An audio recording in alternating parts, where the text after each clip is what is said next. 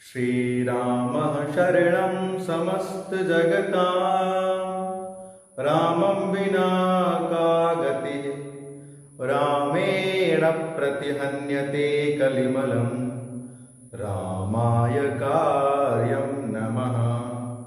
रामाद्रक्ष्यति कालभीमभुजगो रामस्य सर्वं वशे रामे भक्तिरखण्डिता भवतु मे रामत्वमेवाश्रयः रामत्वमेवाश्रयः। सर्वेभ्यः नमो नमः। राजकीय अभिनव इंटर कॉलेज आराजी लाइन वाराणसीतः संस्कृत अध्यापकः अहं सौरभ पांडेय भवतां सर्वेषां संस्कृत कक्षायां स्वागतं व्याहरामि। यह जो श्लोक मैंने अभी आप सभी को सुनाया, जो आपके स्क्रीन पर दिखाई दे रहा है, इसको सुनाने के पीछे मेरा दो उद्देश्य है। पहला कि आपकी सभी इंद्रियां जैसे कर्णेंद्रिय, चक्षुरेंद्रिय, घ्राणेंद्रिय, वागेंद्रिय और इसके साथ साथ मन मस्तिष्क इस पाठ को पढ़ने के लिए, इसे समझने के लिए पूरी तरह से तैयार हो जाए, सभी जागृत हो जाए, ताकि पाठ आपको अच्छे से समझ में आए। और दूसरा उद्देश्य यह है कि आप समझ जाएं कि आज का पाठ भी भगवान श्री राम और उनके जीवन चरित्र पर ही आधारित है। आज हम लोग कक्षा 9 की संस्कृत के पाठ्य पुस्तक के दूसरे पाठ का दूसरे भाग का अध्ययन करेंगे, जिसका शीर्षक है रामस्य पितृभक्ति। सबसे पहले हम लोग आज क्या पढ़ेंगे, किस प्रकार से पढ़ेंगे, यह देख लेते हैं। प्रारंभ में हम लोग पिछली कक्षा में पढ़े गए पाठ का सारांश देखेंगे, उसके बाद आज के पाठ का सारांश देखेंगे और आज के पाठ को पढ़ने के पीछे क्या उद्देश्य है, आपको क्या मिलेगा, इसके बारे में चर्चा करेंगे। और अंत में पाठ के पुनः एक बार आज के पाठ का सारांश देखते हुए अग्रिम कक्षा में हम लोग क्या पढ़ेंगे उसके ऊपर भी प्रकाश डालेंगे। और सबसे अंतिम में होमवर्क, गृह कार्य आप सभी को दिया जाएगा, उसके ऊपर चर्चा होगी।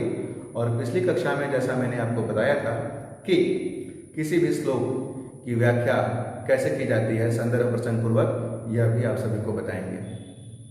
यह तो हो गई पाठ की रूपरेखा। अब जानते हैं आज के पाठ को हम लोग किस प्रकार से पढ़ेंगे। सबसे पहले हम लोग श्लोकों का सस्वर पाठ करेंगे, शुद्ध उच्चारण करना सीखेंगे। उसके बाद उस श्लोक का अन्वय देखेंगे। अन्वय के बाद कठिन शब्द जो उस श्लोक में प्रयुक्त हुए हैं उसका विश्लेषण करेंगे। पुनः उसके बाद उस श्लोक का सामान्य अर्थ देखेंगे और अंत में समेकित रूप में उस श्लोक की व्याख्या करेंगे, विस्तृत चर्चा करेंगे, जिससे कि उस श्लोक से संबंधित सभी तरह की मुख्य बातें, उसका अर्थ आपके मस्तिष्क में पूरी तरह से सेट हो जाए, कभी ना भूलें।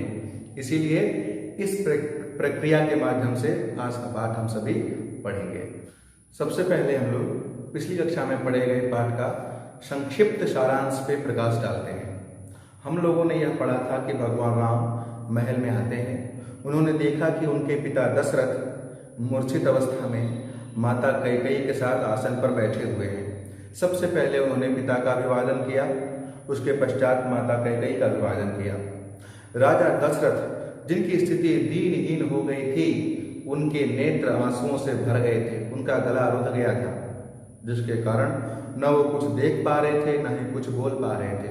और उनके मुख से उस समय सिर्फ एक शब्द निकला, वो क्या था? राम। इसके अतिरिक्त वो कुछ भी बोल पाने में या देख पाने में समर्थ नहीं थे। पिता की यह स्थिति देख करके भगवान राम चिंतित हो गए और सोचने लगे कि आज अभिवादन करने के बाद पिता ने मुझे आशीर्वाद क्यों नहीं दिया। हमेशा आशीर्वाद मिलता था, दुखी होते थे पिता, फिर भी मुझे देख के प्रसन्न हो जाते थे। यह सोच करके भगवान राम ने कैकेयी से पूछा कि माता, पिता की यह स्थिति कैसे हो गई? क्या मुझसे कोई गलती हो गई है और उसी गलती के कारण मेरे पिता की यह स्थिति हो गई है? आप मुझे बताइए, इनको प्रसन्न करिए।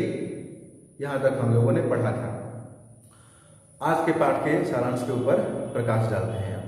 आज हम लोग क्या पढ़ेंगे, भगवान राम और क्या कहते हैं, अपने पिता की इस स्थिति को देख करके क्या क्या प्रश्न करते हैं उनके मन में क्या क्या भाव और आ रहे हैं, वो कैसे प्रकट करते हैं। इसके साथ ही कैकेयी क्या प्रतिक्रिया देती हैं भगवान राम के प्रश्नों को सुन करके। कैकेयी अपनी बातों को या राजा दशरथ से जो 2 वर उन्होंने मांगे थे उसके बारे में क्या कहती हैं। क्या कैकेयी को भरोसा हो गया कि मैं जो कुछ भी कहूंगी राम करने के लिए तैयार है? अगर नहीं हुआ तो फिर वो क्या करती हैं? और कैकेयी की बातों को सुन करके अंत में भगवान राम क्या प्रतिक्रिया देते हैं, यहां तक आज हम लोग पढ़ेंगे। अब आते हैं उद्देश्य के ऊपर। आज के पाठ को पढ़ने का क्या उद्देश्य है? एक तो बहुत महत्वपूर्ण उद्देश्य है जो पिछली कक्षा में भी आपको बताया था, और यह संपूर्ण पाठ के ऊपर लागू होता है। एक पंक्तियां आपने सुनी होंगी शायद, रागेश शांति स्वरूप भटनागर जी की लिखी हुई पंक्तियां हैं। प्रतीचि प्राची कामेल सुंदर, प्रतीचि प्राची कामेल सुंदर। पाश्चात्य और भारतीय वेस्टर्न इंडियन कल्चर, आप इसको इस तरह से समझिए कि विज्ञान के क्षेत्र में प्रगति तो करना अच्छी बात है, कर भी रहे हैं हम लोग। उसके साथ साथ जो हमारी जड़ें हैं, प्राचीन संस्कृति, सभ्यता, संस्कार, उससे भी जुड़े रहें और विज्ञान में प्रगति भी करें। दोनों में सामंजस्य बिठाने के लिए इस तरह का पाठ पढ़ना अत्यंत आवश्यक है, क्योंकि पिता, माता, गुरु, सम्माननीय, पूजनीय, श्रेष्ठ जनों का आदर सम्मान करना हम सब भूल रहे हैं। वो न भूलें, इसके लिए राम के चरित्र, उनके जीवन से संबंधित प्रमुख आदर्शों को अपने जीवन में आत्मसात करने की अत्यंत आवश्यकता है।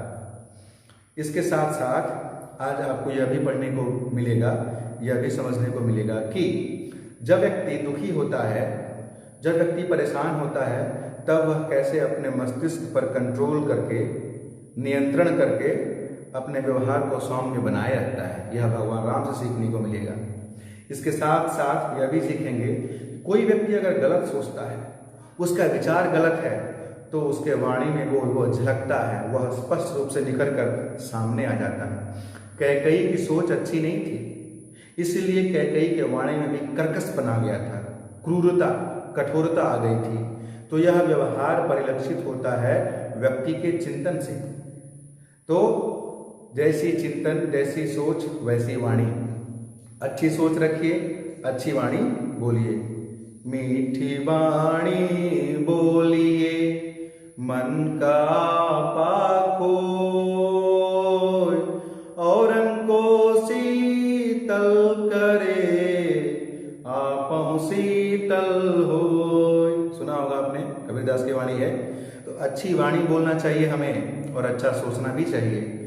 हमें अपने आचार, विचार, व्यवहार पर नियंत्रण किस प्रकार स्थापित करना है, यह भगवान राम के जीवन चरित्र से आज के पाठ में हम सभी सीखेंगे। आइए आगे बढ़ते हैं। आज के पाठ का पहला और इस अध्याय का 8वां श्लोक पहले सस्वर उच्चारण करते हैं।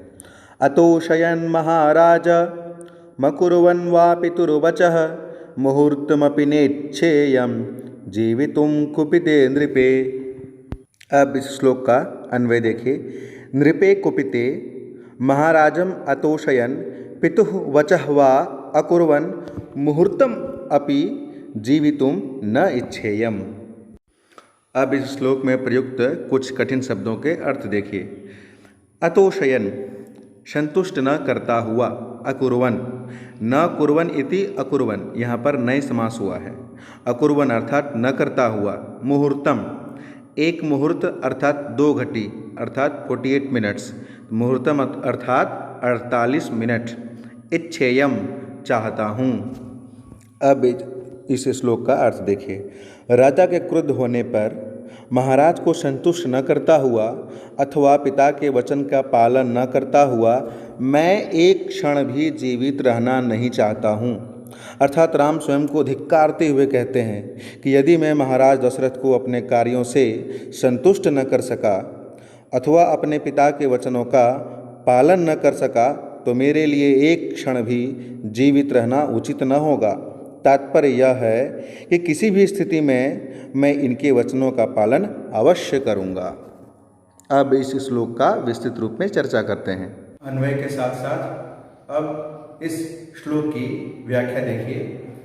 नृपे कुपिते, नृपे अर्थात राजा दशरथ के कुपिते मतलब क्रोधित हो जाने पर, अथवा महाराजम अतोषयन, महाराजा कौन, महाराजा दशरथ, उनके असंतुष्ट हो जाने पर, और पितुः वचन वा अकुर्वन्, पिता के वचन का पालन न करता हुआ, मुहूर्तम अपि, एक मुहूर्त या एक क्षण भर भी जीवितुम न इच्छेयम, मैं जीवित नहीं रहना चाहता हूँ।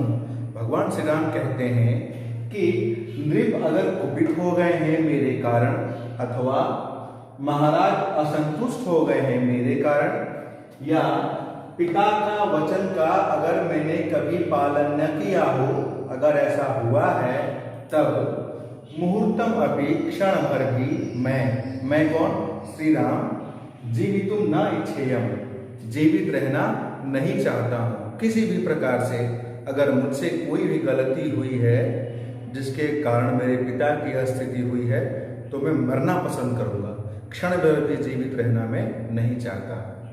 आगे देखिए 9वां श्लोक।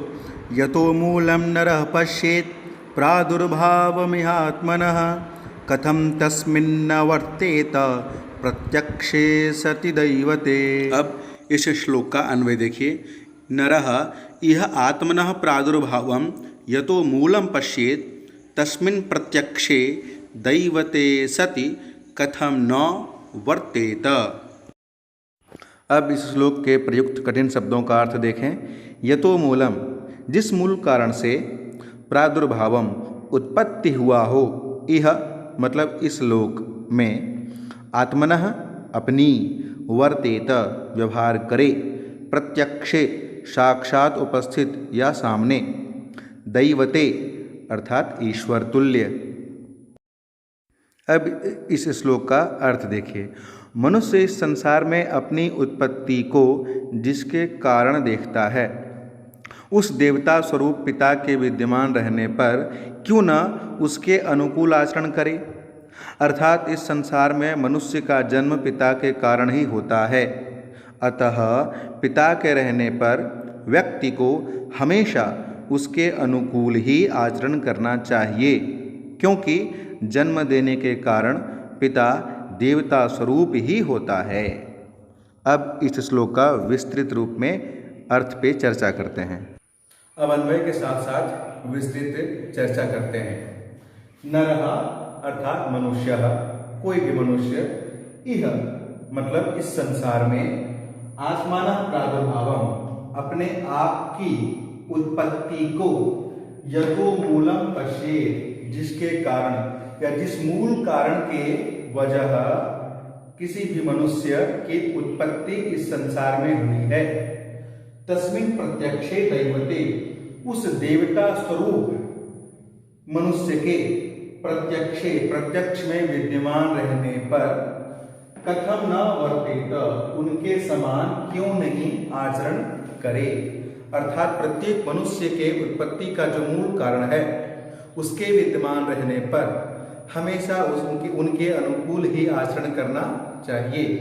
पिता के कारण हम सभी इस पृथ्वी पर आए हैं, वो देवता तुल्य हैं, अतः उनके अनुसार ही हमें आचरण करना चाहिए। 10वां श्लोक। एवमुक्त्वा तु कैकेयी राघवेण महात्मना उवाचेदं सुनिर्लज्जा धृष्टमात्महितं वचः। अब अन्वय देखिए इस श्लोक का। महात्मना राघवेण एवं उक्त्वा तु सुनिर्लज्जा कैकेयी धृष्टम आत्महितम इदं वचः उवाच। अब इस श्लोक में प्रयुक्त कुछ कठिन शब्दों के अर्थ देखिए। महात्मना, महान पुरुष द्वारा, उक्त्वा कहकर, सुनिर्लज्जा अत्यधिक लज्जा रहित, धृष्टम ढिठाई से भरा या ढिठाई के साथ, आत्महितम वचः अपने स्वार्थ का वचन, उवाच अर्थात कहा। अब इस श्लोक का अर्थ देखिए। महात्मा राम ने जब इस प्रकार कहा तो अत्यधिक निर्लज्ज कैकेयी ने धृष्टता में ही अपनी भलाई समझते हुए इस प्रकार वचन कहे। तात्पर्य यह है कि विशाल हृदय वाले राम के सम्मुख भी कैकेयी अपने तुच्छ स्वार्थ को त्याग न सकी और अत्यधिक निर्लज्जता और धृष्टता से स्वार्थ से युक्त अपनी बातें कहने लगी। अब इस श्लोक के अर्थ पर विस्तृत चर्चा देखिए। अन्वय के साथ एक बार अर्थ पे पुनः चर्चा देखिए। महात्मा राघवेण भगवान श्री राम ने एवं उक्ता, जब इस प्रकार कहा, क्या कहा कि इस धरती पे उत्पत्ति का मूल पिता होता है और हमेशा हमें उनके अनुसार ही आचरण करना चाहिए। ऐसा जब कहा उन्होंने तो सुनिर्लज्जा कैकेयी, अत्यंत निर्लज्ज स्वभाव वाली कैकेयी ने धृष्टतापूर्वक, ढिठाईपूर्वक, आत्महितम, अपने स्वार्थ में लिप्त, इदम वचः उवाच, ऐसी वाणी को उन्होंने कहा। भगवान श्री राम ने जब उनको पिता के प्रति जो भक्ति थी उसको बता दिया, उसको सुनने के बाद भी कैकेयी निर्लज्ज होकर के केवल अपने स्वार्थ के बारे में सोचते हुए क्या कहा उन्होंने, यह अग्रिम श्लोक में देखिए। 11वां श्लोक। प्रियं त्वामप्रियं वक्तुं वाणी नास्य प्रवर्तते, तदवश्यं त्वया कार्यं यदनेन श्रुतं मम। अन्वय देखते हैं इस 11वें श्लोक का। प्रियं त्वाम अप्रियं वक्तुं अस्य वाणी न प्रवर्तते, अनेन यत् मम आश्रुतं तत् त्वया अवश्यम कार्यम। अब इस श्लोक में प्रयुक्त कुछ कठिन शब्दों के अर्थ देखें। त्वाम मतलब तुमको, अप्रियम अप्रिय या कटु, वक्तुम कहने के लिए, प्रवर्तते प्रवृत्त हो रहे, कार्यम करना चाहिए, आश्रुतम दिया गया वचन, या की गई प्रतिज्ञा को। अब इस श्लोक का अर्थ देखें।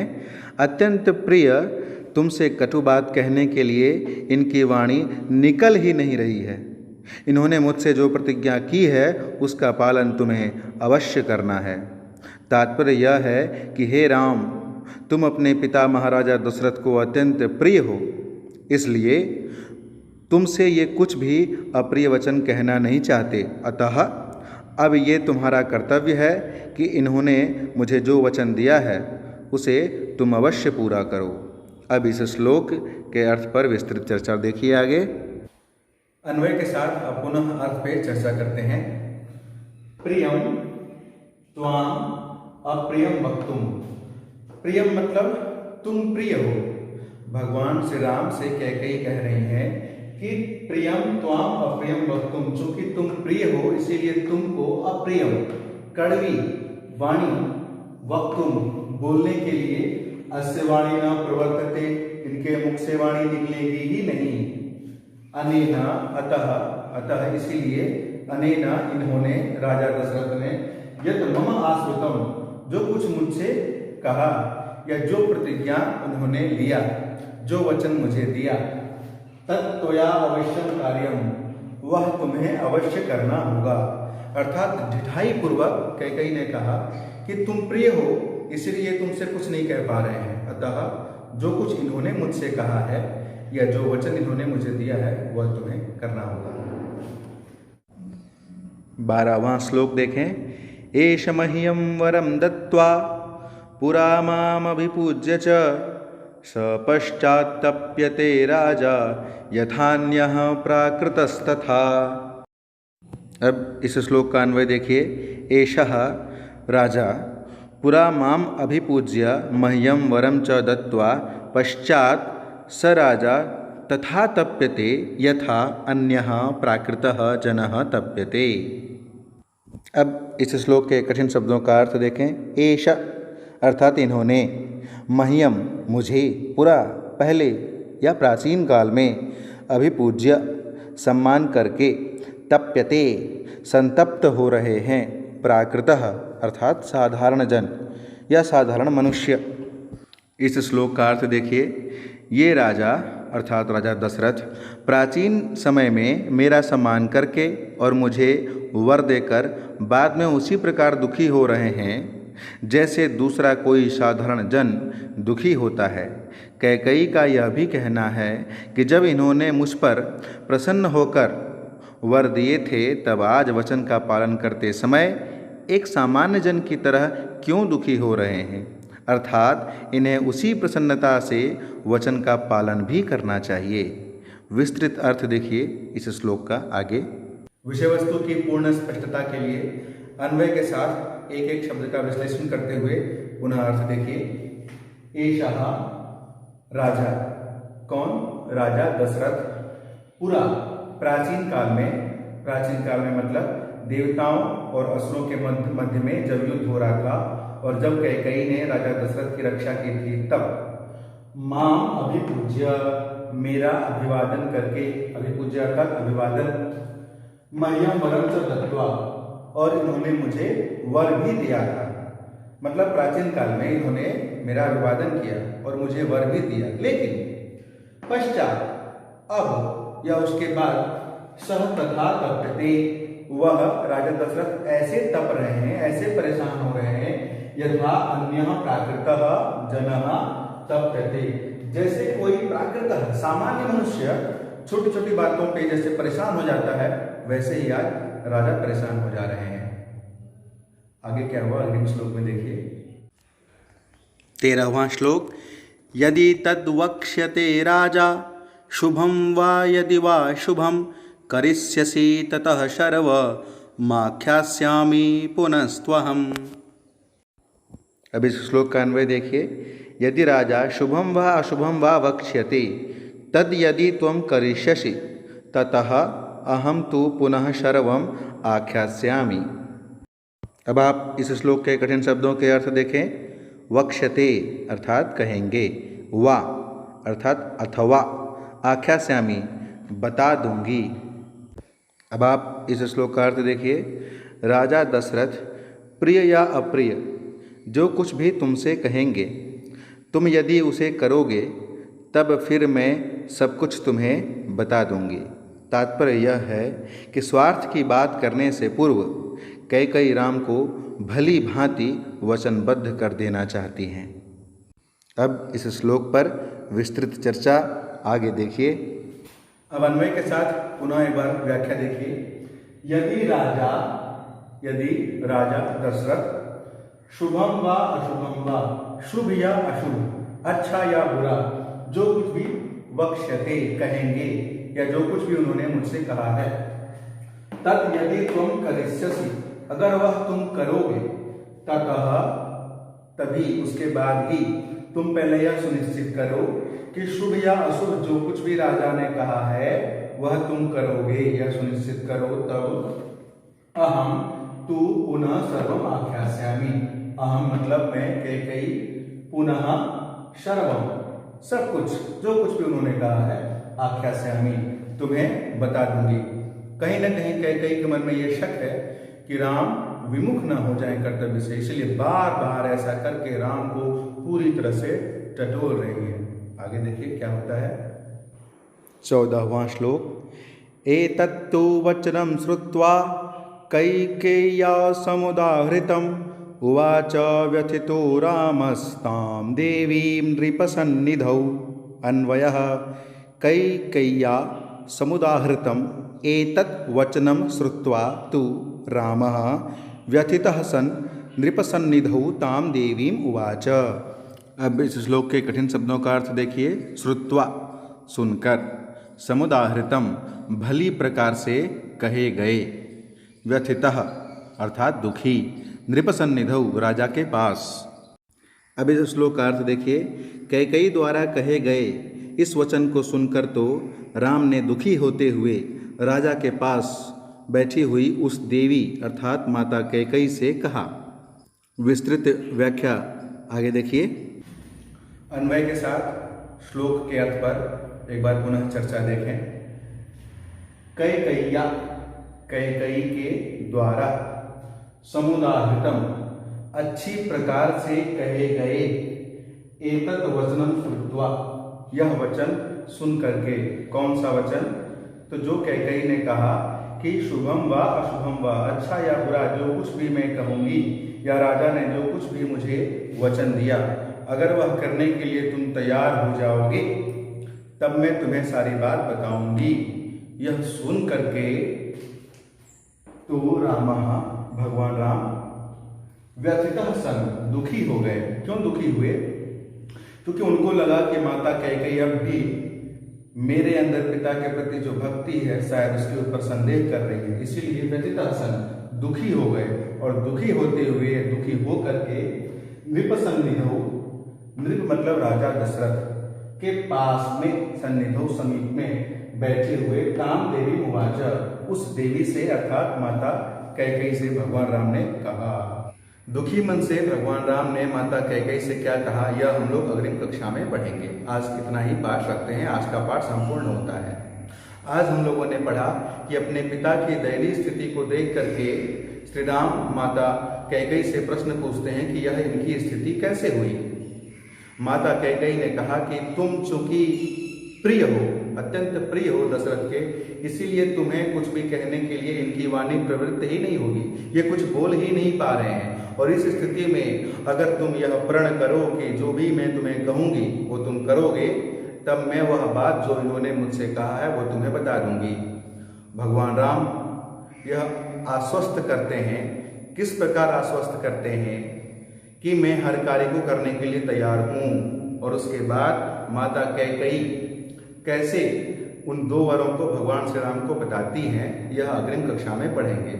इसके साथ साथ हम लोग यह भी पढ़ेंगे कि वो दो वर कौन थे जिसे राम ने सुना, सुन के राम की क्या प्रतिक्रिया थी और राम ने क्या किया, माता कैकेयी से कहा क्या कहा।